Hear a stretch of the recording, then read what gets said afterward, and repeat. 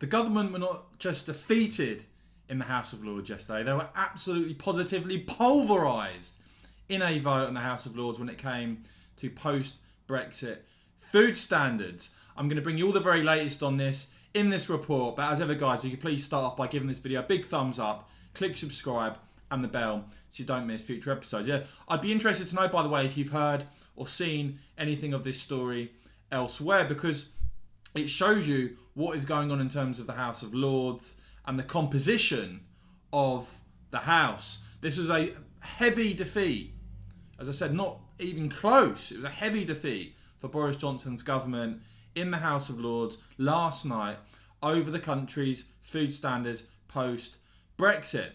Peers backing an amendment to change the agricultural bill for an amendment to force food products imported under future trade deals to meet or exceed the UK's existing domestic standards. And as ever with these sorts of things, it's not so much about this individual issue, it's about looking at the bigger picture and looking at what is going on in the House of Lords. Of course, we've got a Conservative government given a big majority by the people with Boris Johnson as Prime Minister. Should we really have an unelected chamber really seeking to amend and go against the government on various things? It's something that I think needs to be highlighted. So as I said, this was an amendment to the agricultural bill, as I said, which would force food products imported under future trade deals to meet or exceed the UK's existing domestic standards. Now, Conservative former Cabinet Minister Lord Lilly urged the House to think twice before going back more than a century to introduce protectionism, to flouting international law and to doing something whose sole purpose is to raise the cost of food. Environment Minister Lord Gardner also making the point that the government would not compromise on manifesto commitment to the UK's high food standards in trade agreements, and pointed out that none of the 20 continuity agreements signed to date had undermined domestic standards. But that didn't seem to matter, because when you look at what happened in terms of the vote on this amendment, it was 307 for the amendment and 212 against it, meaning that it had a majority of 95. The government effectively defeated in the House of Lords with a majority of 95 on the vote.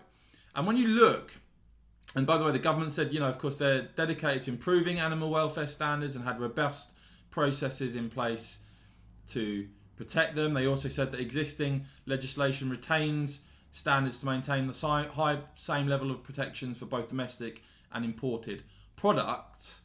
But look at the breakdown in the votes on this. This is the interesting part, because you had 185 Conservative peers vote against this amendment. You had a couple of DUP. You even had the former Labour MP Lord Mann vote against this. And as I said, 185 Conservative peers. So you had 6 Conservative peers vote for it. 6 Conservative peers vote for this. 136 Labour peers vote for this, including hardline Remainer Lord Adonis, and 82 Liberal Democrats. Now, the level, in my opinion, of Lib Dem peers in the House of Lords alone, it makes the whole thing farcical. 82 Lib Dem peers voting for this amendment. Bear in mind, only in the same vote, 136 Labour voted for it, and 185 Conservative peers voted against it, and the Lib Dems up there with 82 peers.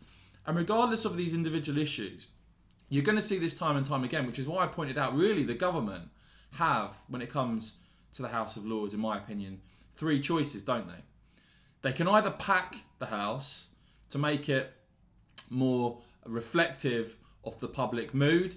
At the end of the day, the public voted for a Conservative government, and yet they're getting heavily outvoted with the help of a load of Lib Dems in there. Close to 100, as I said, 82 in this vote alone. So either they can pack the House, or they can abolish it. And in my opinion, the House of Lords is becoming increasingly discredited. Of course, let me know what you think in the comments. Or are they just going to keep losing? Because this shows you, and of course we've had a lot of debate around the UK Internal Market Bill and that heading to the Lords. Are the government simply going to accept that they're going to frequently suffer not just losses, but very heavy losses. I said this vote was a 95 majority. And those are the three choices the government has to make. Abolish the Lords, pack it, or keep losing.